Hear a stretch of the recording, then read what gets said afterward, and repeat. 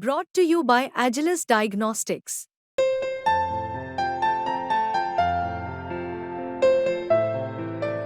सिर्फ एक वजह है कैंडिडेट का सिलेक्शन, बेहतर कैंडिडेट का सिलेक्शन परिस्थितियों के हिसाब से नहीं कर पाना समाजवादी पार्टी की हार की सबसे बड़ी वजह। यहाँ पर कानून व्यवस्था को सुधारने के लिए लगातार जो कदम उठाते हैं और विकास के जो कदम है, शायद यही वजह रही है कि फूलपुर के लोकसभा विधानसभा उपचुनाव में भारतीय जनता पार्टी की जीत। मतलब परंपरागत वोटर सबसे ज्यादा जिसके होते हैं देखे जाता है, वोटिंग परसेंटेज वोटिंग का और सबसे ज्यादा करता है समाजवादी पार्टी। समाजवादी पार्टी इसके माने कि इंटरेस्ट कम रहा, लोग अपने कामकाज में रहे।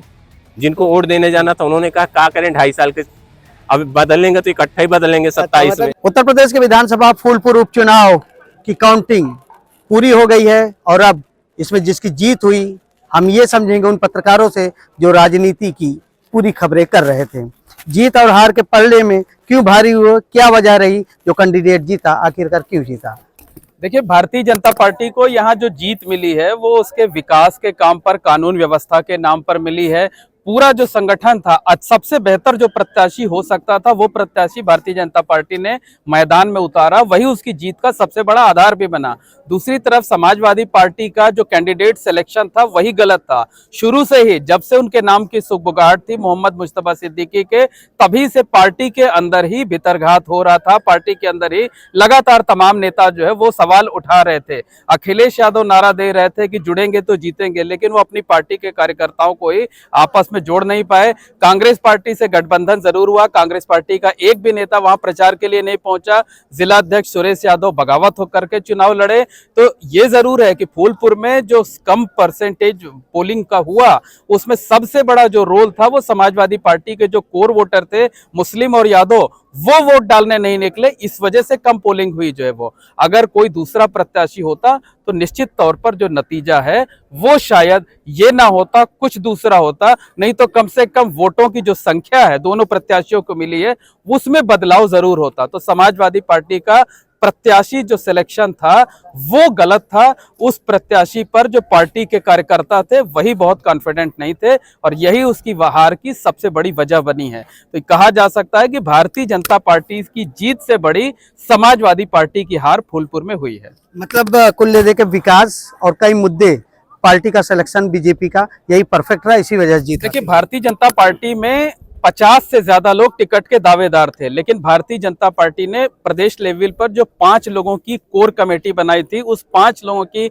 कोर कमेटी के साथ साथ जिला और क्षेत्र से जो नाम गए थे, प्रांत से जो नाम गए थे, उसमें सबसे पहला नाम हर सर्वे में दीपक पटेल का था। यानी उनके पास जो सबसे बेस्ट ऑप्शन हो सकता था उस बेस्ट ऑप्शन पर उन्होंने दांव लगाया। और यही वजह है कि जैसे ही दीपक पटेल के नाम का ऐलान हुआ था, कार्यकर्ता खुशी में झूम उठे थे, फूल मालाओं से दीपक पटेल को लाद दिया था और उसी वक्त से वो ये मानने लगे थे कि अब ये मुकाबला हम जीत सकते हैं। नहीं तो 6 महीने पहले लोकसभा का चुनाव हुआ, लोकसभा के चुनाव में समाजवादी पार्टी ने 18,000 की लीड ली। तो आज के 6 महीने में कौन सी परिस्थितियां बदल गईं कि समाजवादी पार्टी को 10,000 से ज्यादा वोटों से हार का सामना करना पड़ा है। निश्चित तौर पर उसकी सिर्फ और सिर्फ एक वजह है कैंडिडेट का सिलेक्शन। बेहतर कैंडिडेट का सिलेक्शन परिस्थितियों के हिसाब से नहीं कर पाना समाजवादी पार्टी की हार की सबसे बड़ी वजह है। हार की सबसे बड़ी वजह था बीजेपी आखिरकार जीत गई। क्या लगता है कौन से ऐसे बड़े मुद्दे थे हावी तो जो जीत का कारण बन गया?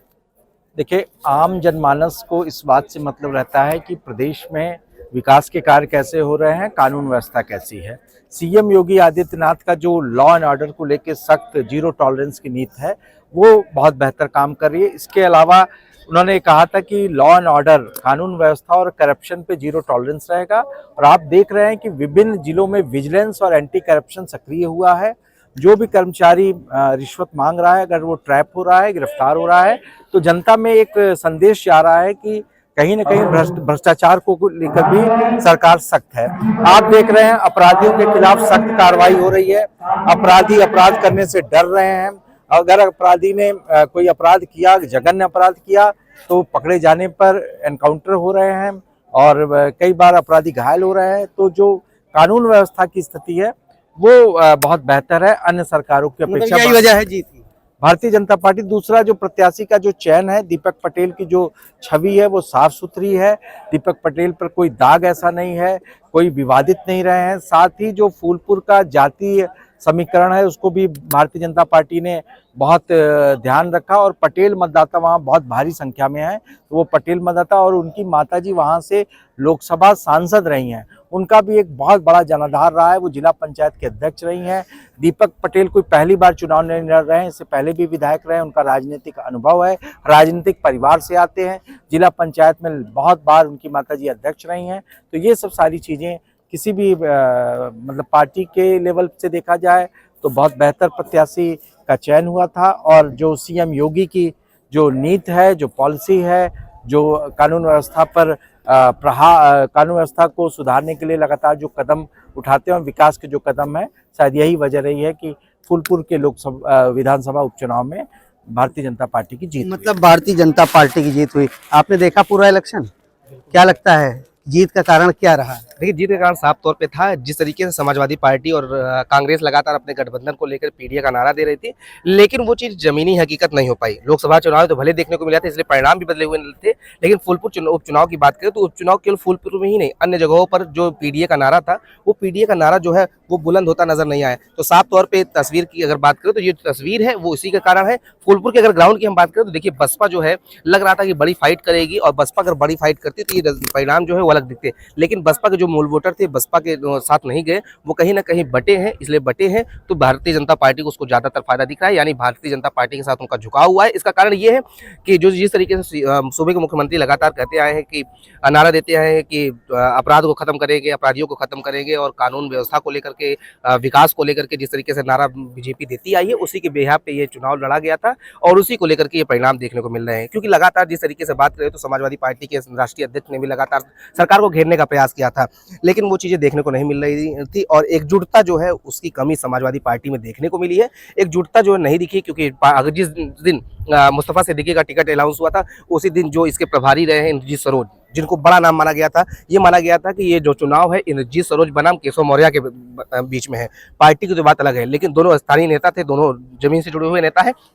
तो ये माना जा सकता है कि इंद्रजीत सरोज जिस तरीके से जादू जो चलाने की बात हो रही थी, वो जादू जो है वो नहीं चल पाई है, और जो इनके पार्टी के लोग थे, जो इनके कार्यकर्ता थे, उनको आपस में जोड़ नहीं पाया, जिससे एक बड़ा संदेश जाता कि एकजुटता जो है, क्योंकि जो जुड़ेंगे तो सेफ रहेंगे, इस तरह का नारा जो है लगातार ये लोग दे रहे थे, वो चीजें देखने को नहीं मिला है। और भारतीय जनता पार्टी, हमें जो लगता है कि विकास और तमाम कानून व्यवस्था इसको लेकर के फूलपुर में हुआ है। क्योंकि फूलपुर की बात करें तो फूलपुर में जो दीपक पटेल है, वो प्रत्याशी कोई अनभिज्ञ प्रत्याशी नहीं है, अनजान नहीं है। उनकी माता सांसद रही है, लेकिन जो भी काम देख रेख होता था वो दीपक पटेल देखते थे। लगातार वो अपनी माता के साथ चुनाव प्रचार करते थे, अपनी माता का काम देखते थे, जो लोग आते थे समस्या को लेकर के उनकी बात सुनते थे। तो इसलिए जुड़ाव जो है वो कहीं ना कहीं वहाँ के लोगों से था, इसलिए दीपक पटेल को वहाँ की जनता ने पसंद किया है।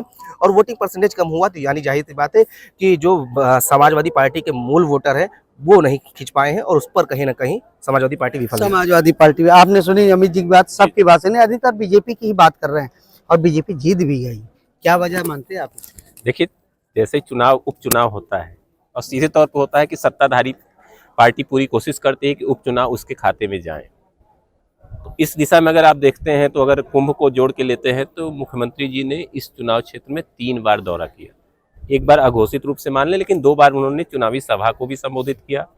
बीजेपी के 2 उप मुख्यमंत्री आए, बीजेपी के बड़े सारे लोग रहे यहाँ पर, और लगातार सबका ये टारगेट था कि किसी भी स्तर से ये चुनाव जो है, ये सीट जो है फूलपुर की, उनके पास आए, क्योंकि ये प्रतिष्ठा का सवाल जो था, समाजवादी पार्टी के लिए भी ये प्रतिष्ठा का सवाल था।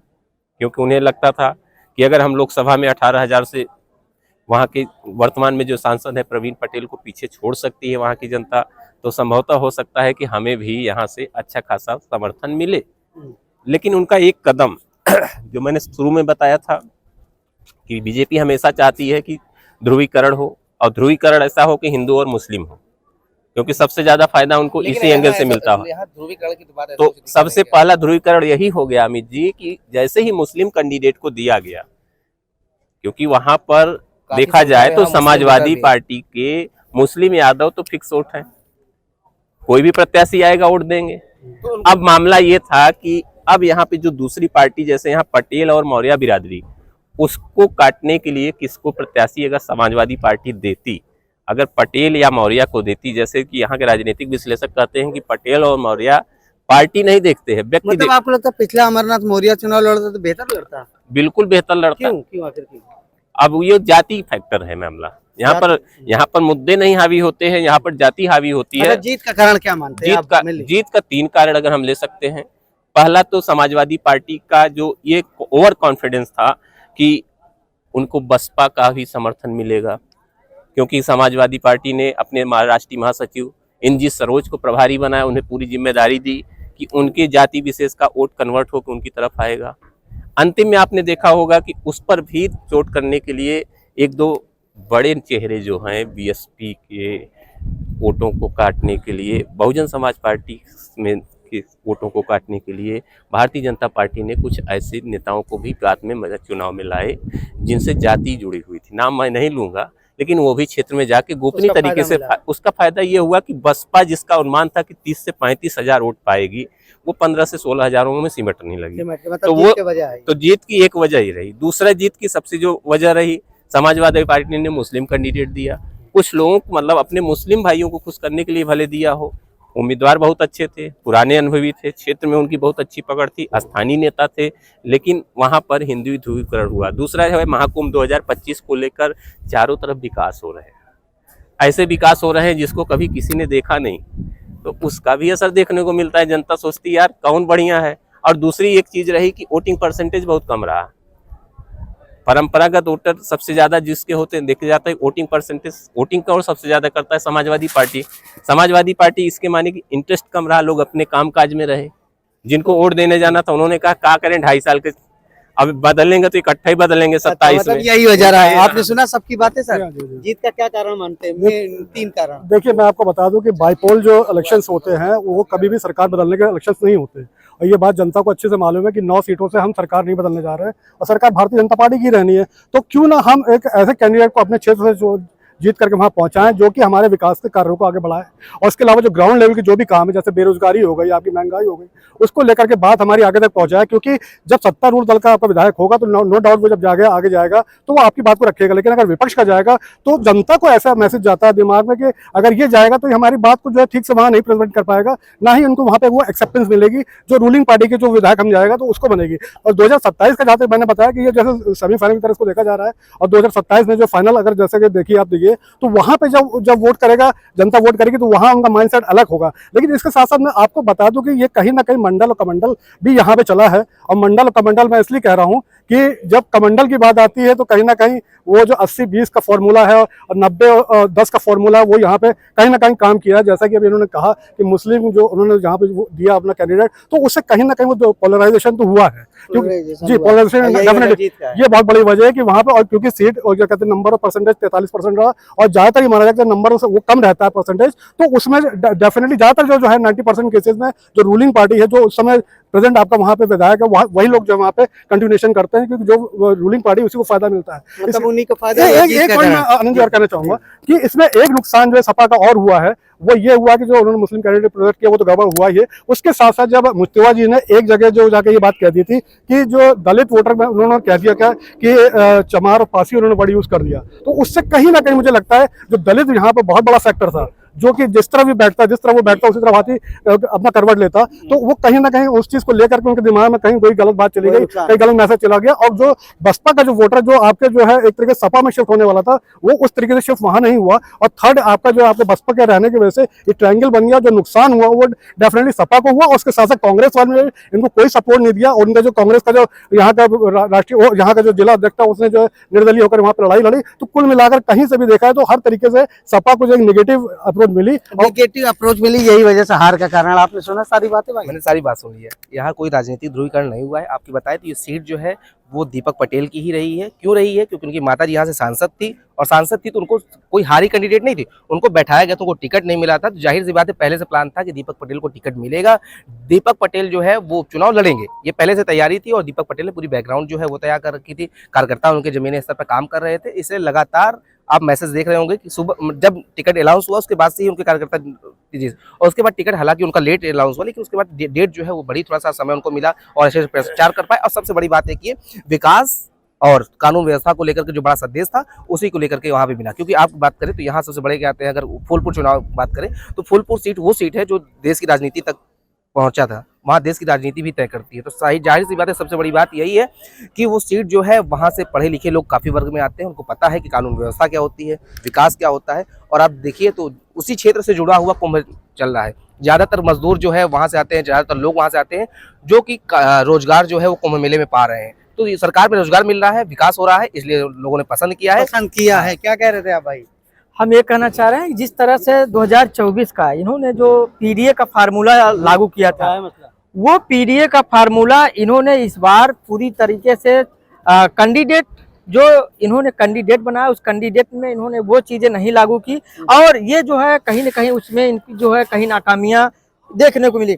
दूसरी चीज, इनके जो महासचिव, राष्ट्रीय महासचिव इंजीत सरोज हैं, ये कई मंचों से ये बसपा मुर्तजा सिद्दीकी वहाँ उनका नाम लेकर के मंच से कह चुके थे कि हमें टिकट जो है इंजीत सरोज ने दिलाया है। तो अन्य जो उसमें पार्टी के जो नेता थे उसमें गुटबाजी हुई, और अन्य जो नेता थे वो जो है कहीं न कहीं दूरी बनाए, और दूरी बनाने का सबसे बड़ा कारण ये है इंजीत सरोज का जो ये घमंड था कि ये टिकट दिलाए हैं, आगे भी ये टिकट दिलाएंगे। इंजीत सरोज के ऊपर भी ये टिकरा पुड़ रहा। दूसरी चीज जो देखा जाए पीडीए का जो फार्मूला है, यदि ये जो है उम्र अगर ये मुस्लिम है उसकी कोई अंतर नहीं, चूंकि यहाँ से सईद अहमद भी विधायक थे। ये पहले झूसी विधानसभा पड़ता था, बाद में परसीमन के बाद ये फूलपुर बनाया गया। लेकिन ये जो यादव और मुस्लिम ये बेल्ट जो है बहुत बड़ा है। और यहाँ पे जो उपचुनाव हुआ, उपचुनाव में जो लोगों का नजरिया था कि इससे सरकार न बदलेगी और न सरकार में कोई असर होगा, तो उन्होंने इस पे जो है बहुत ज्यादा फोकस नहीं किया। वोटिंग परसेंटेज कम पड़ा, 43%। लेकिन देखा जाए जिस तरह से यहाँ के जो प्रत्याशी थे वो उम्र का भी मतलब विकास भी मुद्दा हो सकता है जीत का। हाँ, ये तो था विकास का मुद्दा। आप समझिए प्रयागराज के फूलपुर के ये सभी वो जर्नलिस्ट जो चुनावी माहौल को समझ रहे थे, इनका सीधा कहना है जो जीत हुई है बीजेपी कैंडिडेट की, उसके पीछे वजह यही है कि विकास का डंडा चला है, कानून व्यवस्था का डंडा चला है, इसी वजह से ये जीत बीजेपी को मिली है। आनंद राज, यूपी तक, प्रयागराज।